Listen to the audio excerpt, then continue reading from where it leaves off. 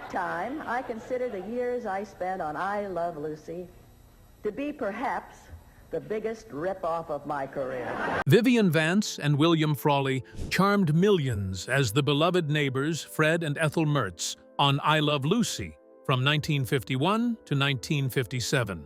Yet behind their on-screen chemistry, Vance loathed Frawley. Their relationship became one of Hollywood's most notorious feuds. What went down behind the scenes is a story that Hollywood tried to brush under the rug for years. Once you find out what Frawley did, you'll see exactly why Vivian could never forgive him. Don't skip ahead just yet, because we're going way deeper than the usual drama here. You do not want to miss this. The first day on set, where it all began. Lucille Ball is setting up her brand new show, I Love Lucy, which we now know became a straight-up TV phenomenon. But at the time, nobody knew that. They were just trying to put the puzzle pieces together, one by one. Lucy, being the boss babe that she was, had a strong vision.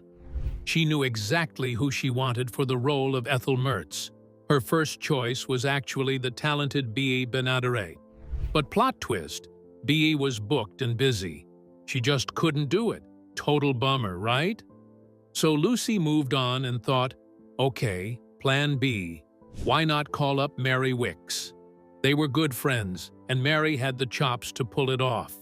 But girl, Mary actually said no. Not because she didn't want the gig, but because she valued their friendship too much. Like, she turned it down just to avoid any potential weirdness between them. Can we take a sec to appreciate that level of loyalty? Who does that anymore? Meanwhile, Lucy's husband, Desi Arnaz, was really in the thick of things behind the scenes. He was more than just Ricky Ricardo, trust me. He had serious pull in the production and was fighting hard to get the casting right. You'd think working on one of the most beloved TV shows in history would bring people closer together, right? But behind the scenes of I Love Lucy, something was brewing. Something that fans never saw coming. Vivian Vance couldn't stand William Frawley. And we're not talking about a little bickering here and there. This was full-on hatred. But the real question is, why what happened between two actors who played a lovable married couple on screen but couldn't even be in the same room once the cameras stopped rolling? Sit tight, because once we uncover the real reason Vance couldn't stand Frawley, you'll never watch I Love Lucy the same way again. And trust me, the ending? It's wild. At one point, Lucy had worked with this classic character actor named James Gleason on a film called Miss Grant Takes Richmond, and she thought he'd be perfect for Fred Mertz. I mean, they were vibing professionally and she saw potential. But you know what messed that up? His salary request was $3,500 per episode. Can you believe that? Back then, that was huge money. The studio was like, absolutely not. So once again, back to square one. And then, out of nowhere, here comes William Frawley, 64 years old, full-on vaudeville legend with nearly 100 film credits to his name. This man was a whole institution. He didn't wait to be called. Nope. He picked up the phone himself and called Lucy directly. CBS? Oh, they were not having it. They didn't want him. Apparently, Frawley had a rep for being a bit of a drinker, okay? A lot of a drinker. But Desi Arnaz went to bat for him. Like, he fought for this man. But there was a catch. Desi made Frawley sign a contract that basically said, if you show up drunk, you're out. Period. Total tough love. And Frawley agreed. That's how bad he wanted the role. Age gap and image issues. Did you know the two actors who played Fred and Ethel Mertz actually couldn't stand each other in real life? Yeah, no kidding. And the wildest part? A big chunk of that bitterness all started because of a whopping 22-year age gap between them. William Frawley was 64 when the show started, while Vivian Vance was just 42. That's not just a little, oh, he's a bit older than me kind of thing. That's a whole generation gap. Like, he could have been her dad, not her husband. And honestly, Vivian felt that deeply. Now, at first, things were cordial between them. No drama, no fireworks. But then, Vivian started noticing something that she just couldn't unsee. She'd look at herself, all youthful, beautiful, and still very much in her prime, and then look over at Frawley, grumpy and visibly aging, and she'd think, seriously? This is my on-screen husband? She even said it out loud during rehearsals once, nobody will believe I'm married to that old goat. And guess what? Frawley heard her. Oof. Can you imagine the tension after that? But honestly, can you blame her? She was a talented actress in your early 40s, just hitting your stride. And she had to be cast opposite a guy who looks more like a retired uncle than a life partner. Meanwhile, her bestie on set, Lucille Ball, was out there playing this glamorous, vivacious wife to the super handsome Desi Arnaz. The contrast was glaring. And the show's producers didn't make it any easier for her. They went out of their way to frump her up. Uglier dresses, dowdier makeup, nothing flattering at all. They wanted Ethel to look plain next to Lucy, and they succeeded. But in doing so, they slowly chipped away at Vivian's confidence, and honestly, probably her sanity too. And let's not forget, Vivian and Lucy were actually close in age in real life. So to Vivian, it must have felt like a cruel joke. Here's your peer, getting to be the pretty wife in fun storylines, while you have to play the frumpy sidekick in a stale, unbelievable marriage with a man old enough to collect Social Security. It's not just about vanity. It's about dignity, career trajectory, and the kind of roles you're being typecast in. That's not just frustrating, it's soul-crushing. And the audience? Oh, they noticed too. People started whispering, some even saying the Fred and Ethel marriage looked totally fake, like a miserable, sexless relationship. And Vivian? She felt that. Every time she had to shoot a scene where she was supposed to show affection toward Frawley, it was like swallowing a mouthful of sour lemon juice. She would straight up refuse to kiss him. She mastered the air kiss, you know, the ones that look almost real on camera, but involve no actual lip contact whatsoever. There's one scene in the episode Equal Rights where they're supposed to kiss in a jail cell. Watch it closely. Not even a peck. Just some awkward, cold body language and an eye roll that practically screams, I can't believe I have to do this again. And let's talk about Frawley for a second. He wasn't exactly letting this slide, oh no. He was petty. He'd go out of his way to make sure the writers threw jabs at Ethel, lines that poked fun at her looks, like calling her figure a sack full of doorknobs. Savage, right? But here's the kicker. It somehow worked. That biting tension between them? It made the show even funnier. Their arguments felt real because, well, they were. That wasn't acting. That was straight-up loathing wrapped in a script, and the audience ate it up. But deep down, that kind of negativity eats at you. For Vivian, it wasn't just about the jokes or the frumpy costumes. It was about being permanently attached to a character and relationship she found deeply uncomfortable. She couldn't escape the shadow of Ethel Mertz, this older man's nagging wife, no matter how far she tried to run in her career. That role stuck to her like gum on the bottom of a shoe. And every time she looked back on I Love Lucy, she didn't just see the laughs and the success. She saw the personal sacrifices she had to make to keep that role alive. And get this, when CBS came to them with the idea of a Mertzes spin-off, big deal, huge opportunity, money on the table. They offered a $50,000 bonus just to make it happen. And Vivian said, no, not happening. Not for love or money. She just couldn't spend more time with Frawley without Lucy and Desi around to act as buffers. Imagine turning down that kind of cash because the idea of working with someone again makes your skin crawl. That tells you everything. So when people say their on-screen dynamic was iconic, yeah, it was, but it came at a cost. Behind the laughs and the sitcom magic was a very real, very raw discomfort that Vivian carried every day. That 22-year age gap? It wasn't just about numbers, it was about missed opportunities, shattered self-esteem, and a professional burden that lingered long after the cameras stopped rolling. Isn't it wild how what makes great TV can sometimes come from real-life pain? Makes you wonder what other beloved shows are hiding, right? We all loved watching Fred and Ethel Mertz bicker like an old married couple on I Love Lucy. But what if I told you the tension wasn't just acting? In fact, Vivian Vance didn't just dislike William Frawley. She loathed him. And for years, nobody really knew why. Fans guessed. Gossip swirled. But the truth? It stayed buried until now. So, what was it? Was Frawley that unbearable? Did Vance go too far? Or was this feud about something deeper than just a bad working relationship?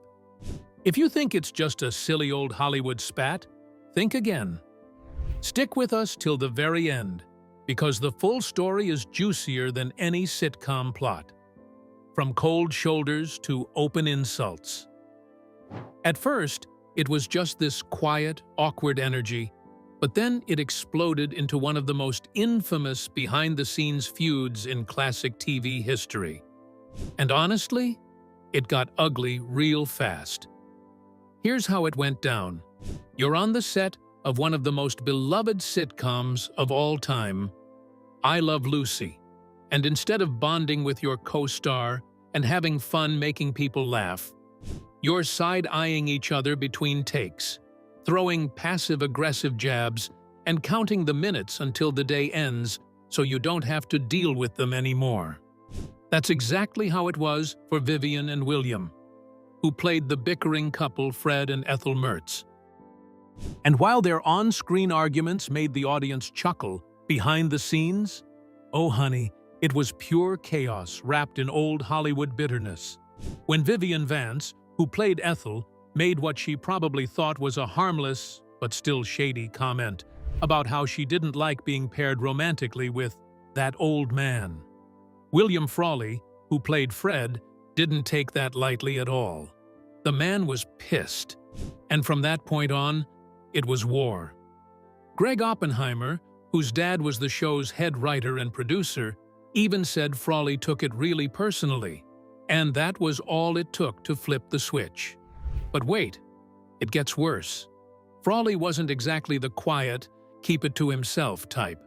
No, he had a reputation in Hollywood for being rough, rude, and just plain nasty, especially toward women. Audrey Kupferberg, who co-wrote Meet the Mertzes, straight up said he was known for being a woman hater.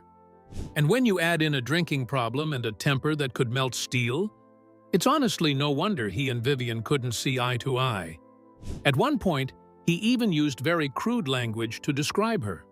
Let's just say the C word was dropped in an interview and it wasn't cute. So yeah, their feud was Hollywood's worst-kept secret. Everybody knew. It wasn't just whispers. It was front and center for anyone who spent even 5 minutes on set. And yet, despite all the nastiness, they somehow managed to stay weirdly professional. They showed up, delivered their lines, and didn't let the hatred affect the production. But you could feel it in the air, you know? It was like every scene between Fred and Ethel had this underlying tension that wasn't acting. It was real, raw annoyance, dressed up as comedy.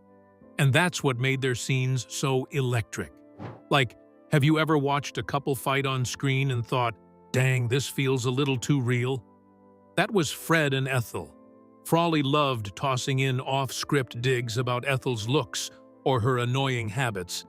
And Vance, who was no pushover, clapped back with lines like "Old Fat Freddy." And the thing is, these lines weren't always in the script. They were coming from a place of genuine dislike. It was petty. It was personal. But it worked on screen. You know what's wild? Some TV historians actually believe that this hatred, this deep, almost comical resentment, might have made the show even better. Their constant bickering felt so authentic because, well, it was.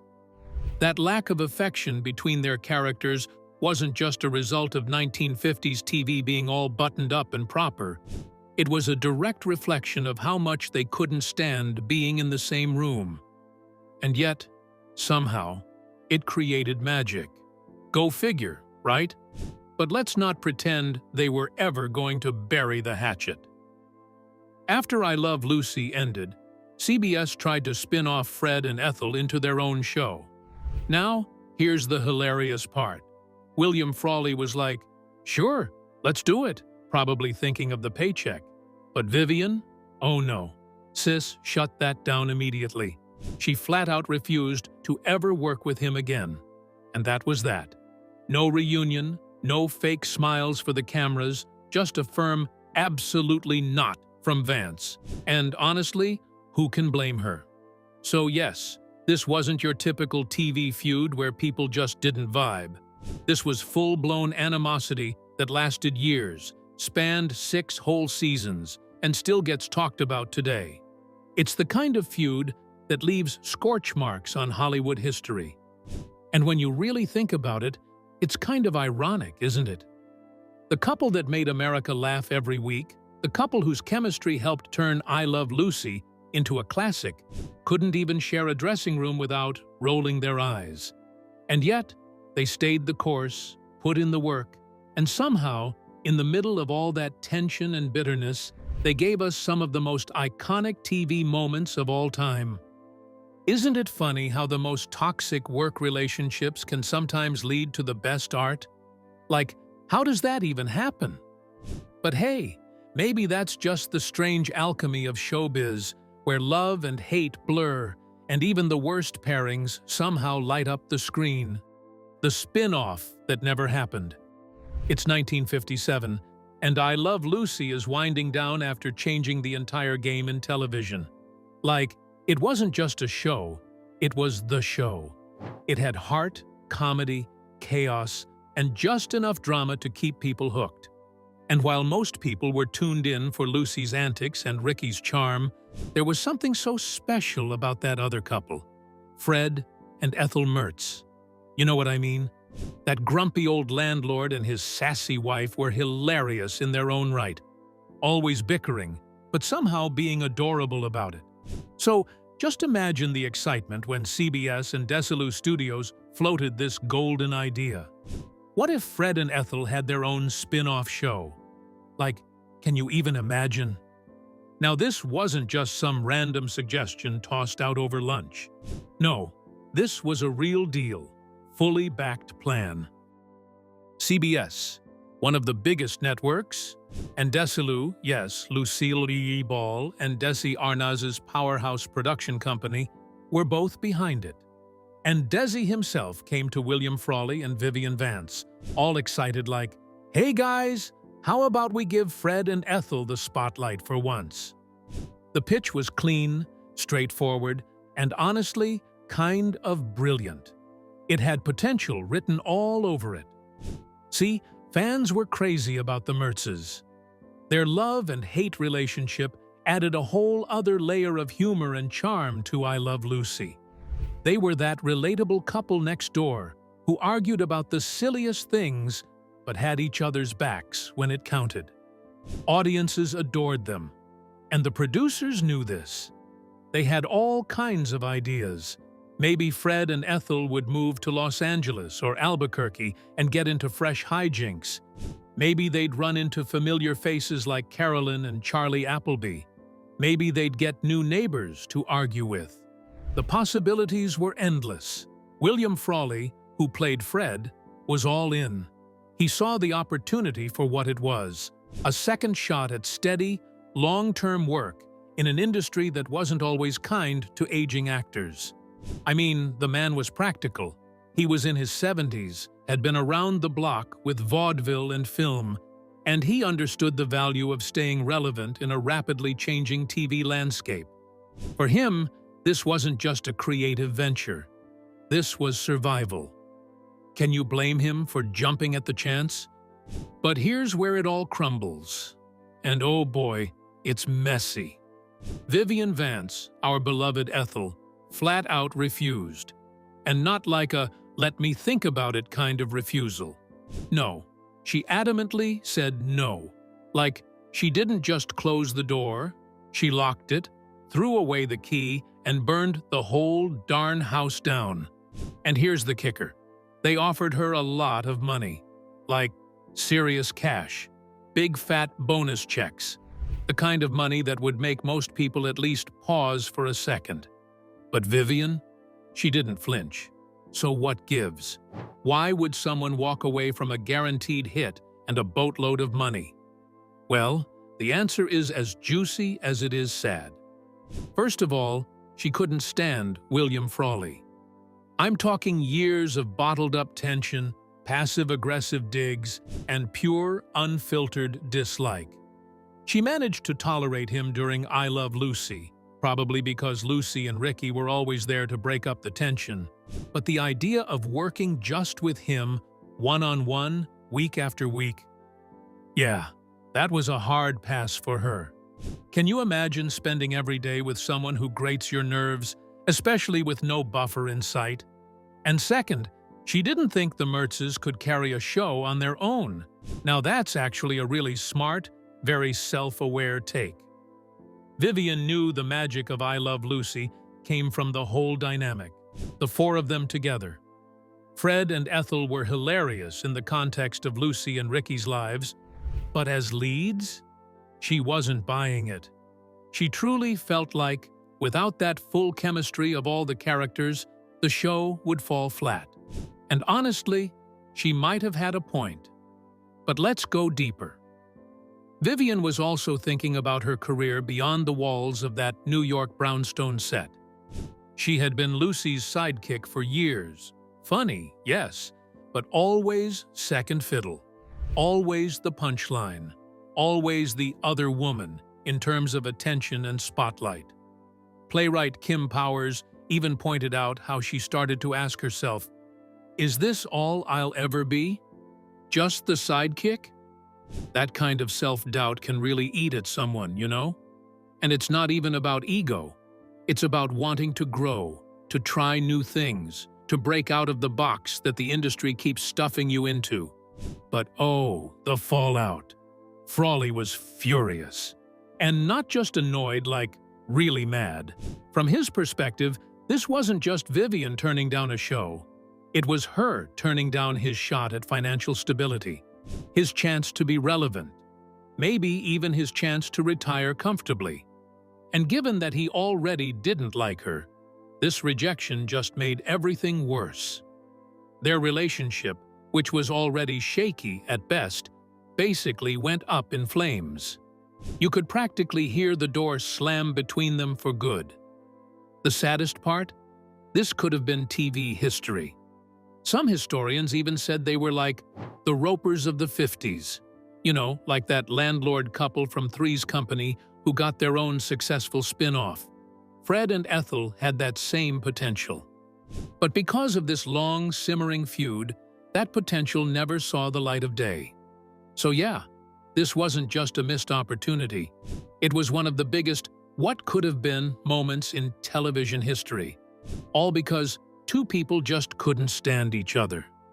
Kinda makes you wonder, right? How many amazing things have never happened just because the people involved couldn't get past their personal beefs? Isn't that wild? In the end, we'll never know what a Fred and Ethel show might have looked like. Maybe it would have flopped. Or maybe, just maybe, it could have been another classic. But what we do know is that behind the laughter and the black and white sitcom smiles, real-life tension was bubbling beneath the surface, quietly shaping the course of TV history. Vivian Vance and William Frawley couldn't stand each other. We're not talking about a little tension. We're talking full-blown bitterness that lasted for years. But when Frawley passed away, people expected Vance to say something kind, or at least respectful. What did she say instead? It shocked everyone. Stick around, because by the end of this video, you'll hear the cold, cutting reaction that left Hollywood speechless. Vance's reaction to Frawley's death. William Frawley died on March 3, 1966, and you'd think that would just be the end of an old actor's journey, right? But no. His death didn't just mark the passing of a Hollywood figure. It quietly closed the curtain on one of the most bitter, long-running, no chance of reconciliation ever feuds in television history. And who was the other half of this infamous grudge match? None other than Vivian Vance, the woman who played Ethel to his Fred on I Love Lucy. I mean, can you imagine spending over a decade acting all chummy on screen with someone you couldn't stand in real life? That was their entire dynamic. 15 years of smiling through gritted teeth while secretly wishing they were on entirely different planets. And when Frawley's heart gave out at the age of 79, Vivian Vance's reaction? Phew. Buckle up. So here's what went down. Vivian was apparently having a nice meal at a restaurant when someone came over and told her that Frawley had passed away. Now, you might expect a quiet nod, maybe a thoughtful silence, or even a polite, "Oh dear." But no, Miss Vance didn't skip a beat. She clinked her glass and shouted, "Champagne for everybody!" Can you believe that? Like, what? That wasn't just a reaction. That was a mic drop. That was decades of pent-up bitterness being uncorked faster than the actual champagne bottle. And mind you, this wasn't some offhand remark whispered in private. It was loud. It was public. It became legendary in Hollywood circles almost overnight. Now, before anyone jumps to label her cold or heartless, let's look at where that reaction came from. This wasn't about one bad day on set or a few snide remarks. No, this was years of dealing with Frawley's drinking, his sharp tongue, and just an all-around nasty attitude that made working with him exhausting.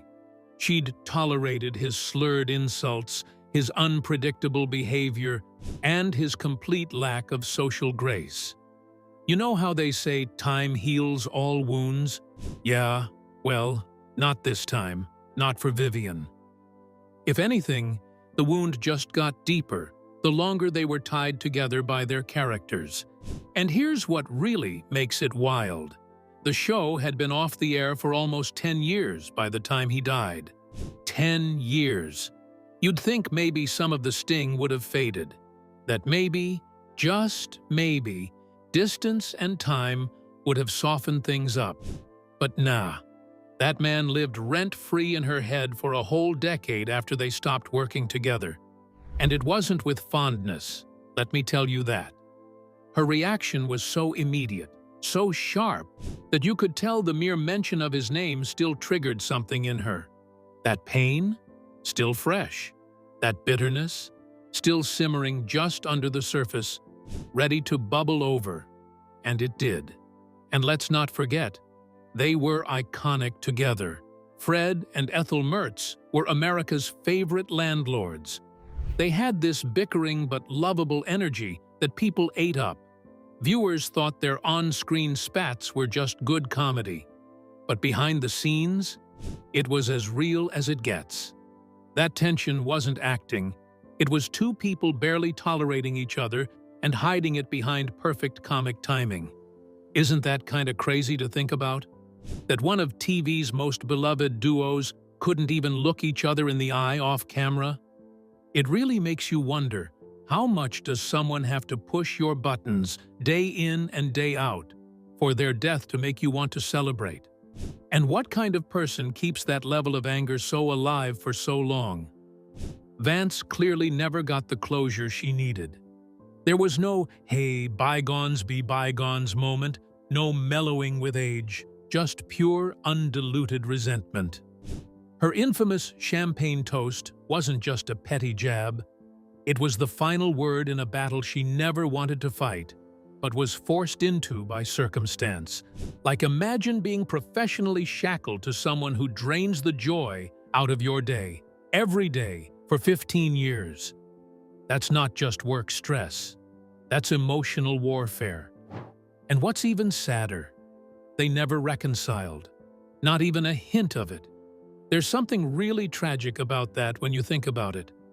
Two people who shared such a historic part of television, who made so many people laugh and feel good, were privately so miserable.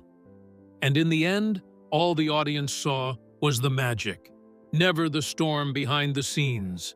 But that one off-the-cuff champagne for everybody line pulled back the curtain in the bluntest way possible. It wasn't just a quip. It was a lifetime of frustration being released in 5 words. So yes, William Frawley's death might have been quiet, but the aftermath? Not so much. Vivian Vance's response told the whole world, without a shred of sugarcoating, that she was done carrying the weight of that grudge. She set it down, popped the cork, and let it go in the only way she knew how. And honestly, it was the most brutally honest goodbye Hollywood had ever seen. With this, we have come to the end of this video. Thanks for watching.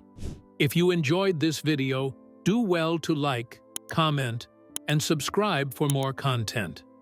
To enjoy more thrilling stories, click now on the following video that pops up on your screen.